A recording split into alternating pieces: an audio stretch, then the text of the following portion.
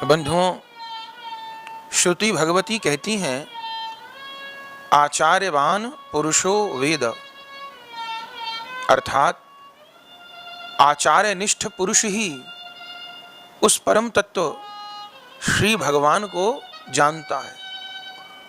गुरु कृपा से ही भगवत तत्व जाना जा सकता है। अनेक वाक्य शास्त्रों में, पुराणों में इस संदर्भ के लिए आए हैं। यस्य देवे पराभक्ति यद विज्ञानार्थ च गुरुमेवाभिगच्छेत इत्यादि। तद विद्धि प्रणिपातेन परिप्रश्नेन सेवया। अपनी जिज्ञासाओं का समाधान करना हो तो संत सदगुरु के चरणों में प्रणतिपूर्वक, सेवापूर्वक, विनयपूर्वक अपनी जिज्ञासाओं को, प्रश्नों को रखे, क्योंकि बिनु गुरु कृपा के परम तत्व को नहीं जाना जा सकता। बंधुओं, हमको आपको बिना गुरु के तो ऐसे अनार लिखना भी नहीं आया था। कितनी बार ऐसे अनार गलत लिखा था, सब सोच लें अपने अपने बारे में।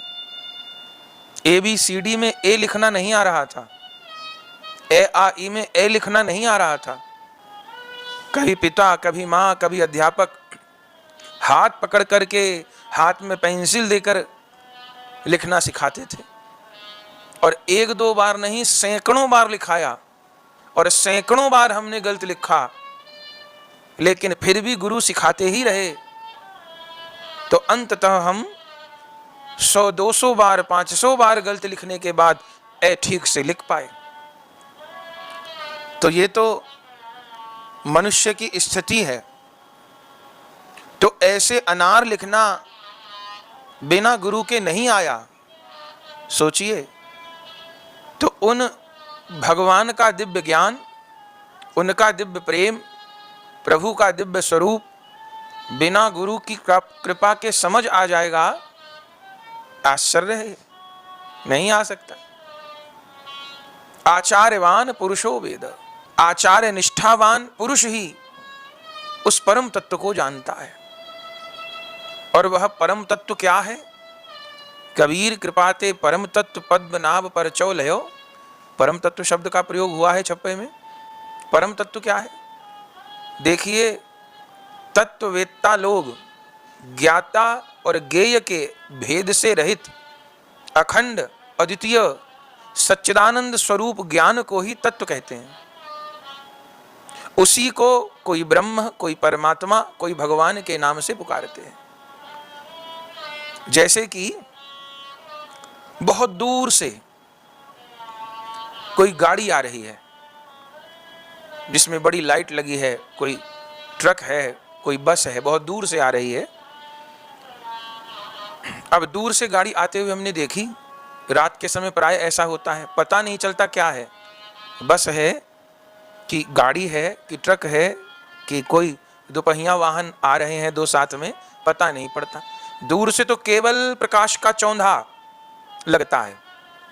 ठीक, अब जैसे वो वाहन थोड़ा थोड़ा पास आने लग गया, तो पहले तो चकाचौंध बस प्रकाश है, कोई आ रहा है ये तो लग रहा था, पर बस है कि ट्रक है कि कार है कि दो मोटरसाइकिल हैं, ये नहीं पता पड़ रहा था। लेकिन अब वह थोड़ा निकट आया, पहले की अपेक्षा थोड़ा पास आया। अब ये निश्चित हो गया, नहीं नहीं, ये कार नहीं है, ये दो पहिया, दो वाहन नहीं है, ये तो बस है या ट्रक है, बड़ा वाहन है। ठीक है, ये कुछ कुछ आकृति स्पष्ट हो गई, ये मध्य की स्थिति है, और वह गाड़ी हमारे पास आकर खड़ी हो गई। अब संशय नहीं रहा। अब तो हम बता देंगे कि नहीं नहीं, ये ट्रक नहीं, ये बस है, और बस का भी ऐसा रंग है, इतने पहिए हैं, इतनी खिड़की हैं, और अच्छे से देखभाल की तो पता चल गया इतनी सवारी बैठी हैं, रूप रंग सब पता चल गया। 3 स्थिति हो गई। वाहन वही था, बदला नहीं। बहुत दूर से प्रकाश दिखाई दिया, फिर मध्य में आए तो प्रकाश के साथ में हल्की हल्की आकृति भी दिखाई दी, कुछ समझ आया, और बिल्कुल निकट आ गए तो सब कुछ समझ आ गया। ऐसे ही ब्रह्म, परमात्मा और भगवान की स्थिति है। जब वही परम तत्व, परम सत्ता बहुत दूर से अनुभव होती है योगियों को, दोनों भ्रकुटी के बीच में उस पर तत्व का, उस ब्रह्म तत्व का अनुभव करने की बात कही जाती है, तब वही भगवान ब्रह्म के रूप में भासते हैं। वही परम तत्व, तत्व तो एक ही है। जैसे गाड़ी एक थी, दूर भी वही थी, मध्य में भी वही थी, पास में भी वही थी, लेकिन बहुत दूर प्रकाश दिख रहा था गाड़ी का। गाड़ी की आकृति, रूप, रंग, कौन बैठा, कौन चला रहा, ये सब नहीं दिख रहा था। योगी को भी इतनी दूर से भगवान का अनुभव होता है, उसको आकृति का अनुभव नहीं हो पाता, रूप रंग का अनुभव नहीं हो पाता, अनुभव नहीं हो पाता, उसको केवल प्रकाश का अनुभव होता है। अब भगवान का तो हर स्वरूप अपने आप में पूर्ण है, जो जिस रस को पाता है उसको वही परिपूर्ण लगता है। यही तो भगवान का परिपूर्ण स्वरूप है।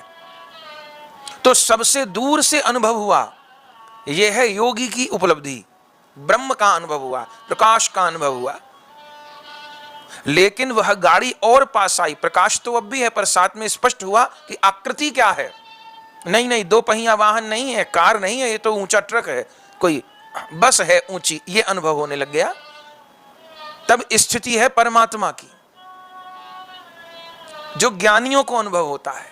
योगी को तो केवल प्रकाश का अनुभव होता है, ज्ञानी को अनुभव होता है कि वह निराकार है। अच्छा, निराकार में भी आकार शब्द तो है ना, और ब्रज में तो निराकार शब्द का बहुत अच्छा अर्थ करते हैं ब्रजवासी गण संतगण।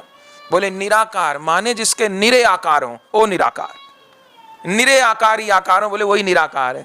तो ठीक बात है। कोटिक रूप धरे नंदनंदन तऊ न पायो पार। भगवान तो अनंत रूप आए, तो जिसके निरे आकार हो वो निराकार। तो बहुत दूर थी गाड़ी, प्रकाश ही दिख रहा, तो पता नहीं पड़ रहा था क्या वाहन है, ब्रह्म।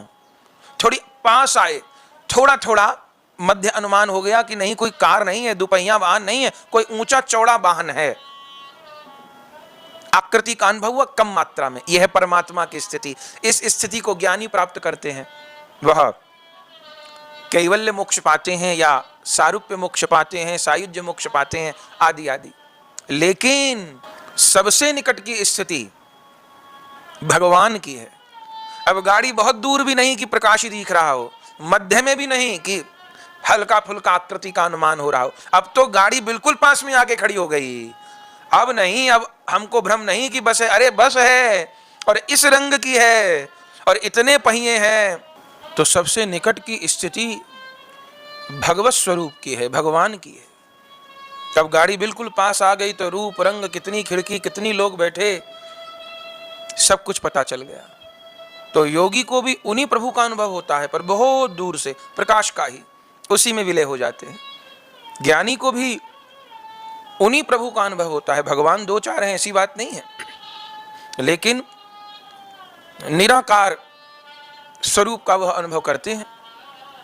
लेकिन सबसे निकट से भगवान का अनुभव किसी को होता है बंधुओं, तो वह भक्त हैं, भक्त हैं वह। तो जो तत्व ज्ञाता और ज्ञेय के भेद से रहित अखंड अद्वितीय सच्चिदानंद स्वरूप ज्ञान है, उसी को तत्व कहते हैं। और उसी तत्व को कोई ब्रह्म नाम से, कोई परमात्मा नाम से, कोई भगवान नाम से पुकारता है। जैसे मिथिलापुरी में रंगभूमि में जहां धनुष यज्ञ हो रहा था, श्री राम जी का सबको अपने अपने भावों से अलग अलग रूप में दर्शन हुआ। योगियों ने तो वहां भी राम जी को परम तत्व के रूप में अनुभव किया। जोगिन परम तत्वमय भाषा, शांत शुद्ध सम सहज प्रकाशा। सबको इस प्रकार राम जी का अनुभव हुआ। श्री कृष्ण भी मथुरापुरी में जब रंगभूमि में पहुंचे कंस का उद्धार करने के लिए, तो वहां भी श्री कृष्ण को योगियों ने परम तत्व के रूप में ही अनुभव किया। तत्वम परम योगी नाम भागवत जी में लिखा है।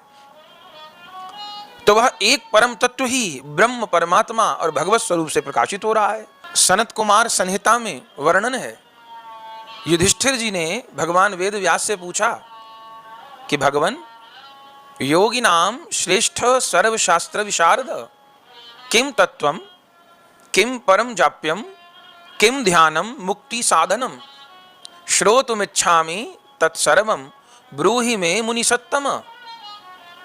अर्थात हे भगवान, योगी श्रेष्ठ सर्वशास्त्र विशारद, मुक्ति साधन भूत परम तत्व, परम जाप्य जपने योग्य और परम ध्यान क्या है, यह मैं सुनना चाहता हूं। माने परम तत्व कौन है, जपने योग्य कौन है, ध्यान धरने योग्य कौन है। तब वेद व्यास जी ने संत कुमार संहिता में उत्तर दिया। हे युधिष्ठिर, यत् परम यदनातीतम यज्ज्योतिर्मलम शिवम तदेव परमं तत्वं कैवल्य पद कारणम श्रीरामेति परम जाप्यम तारकम ब्रह्म संज्ञकम। जो सबसे परे गुणातीत परम प्रकाश स्वरूप निर्मल और कल्याण रूप तारक और ब्रह्म संज्ञक श्री राम जी हैं, श्री कृष्ण जी हैं, वही परम तत्व हैं, वही कैवल्य पद प्रदान करने वाले हैं और वही श्री रामकृष्ण परम जाप्य हैं, जप करने योग्य हैं। पुनः केदार खंड में उल्लेख प्राप्त होता है, राम नाम समम तत्वम नास्ति वेदांत गोचरम यत् प्रसादात पराम सिद्धि संप्राप्ता मुनयो मलाह। श्री राम नाम, श्री कृष्ण नाम के समान दूसरा कोई परम तत्व वेद वेदांत में भी नहीं है। जिस श्री राम कृष्ण नाम के प्रताप से बड़े बड़े मुनीश्वर परम सिद्धि प्राप्त किए हैं। इदमेकम परम तत्वम निर्णीतम ब्रह्मवादिभिः नाम व्याम शुद्धम सर्व कालेषु प्रेमतः। ब्रह्मवेत्ताओं के द्वारा निर्णित परम तत्व एकमात्र यही है कि सदा सर्वदा प्रेम पूर्वक निष्काम भाव से भगवान का नाम उच्चारण करते रहें। यह परम तत्व है। माने सब वेद उपनिषदों में परम तत्व का जहां वर्णन है, उस परम तत्व का वर्णन करते हुए उस परम तत्व के राम कृष्ण इत्यादि नामों को परम तत्व बताया गया है और उस परम तत्व की उपलब्धि का मार्ग भी बताया गया है। इदमेकम परम तत्वम निर्णीतम ब्रह्मवादिभिः नाम व्याहरणम शुद्धम सर्व कालेषु प्रेमतः। सदा सर्वदा प्रेम पूर्वक निष्काम भाव से श्री कृष्ण के, श्री राम के नाम का उच्चारण करना ही ब्रह्मवेत्ताओं के द्वारा परम तत्व का निर्णय है, परम तत्व की उपलब्धि का मार्ग है।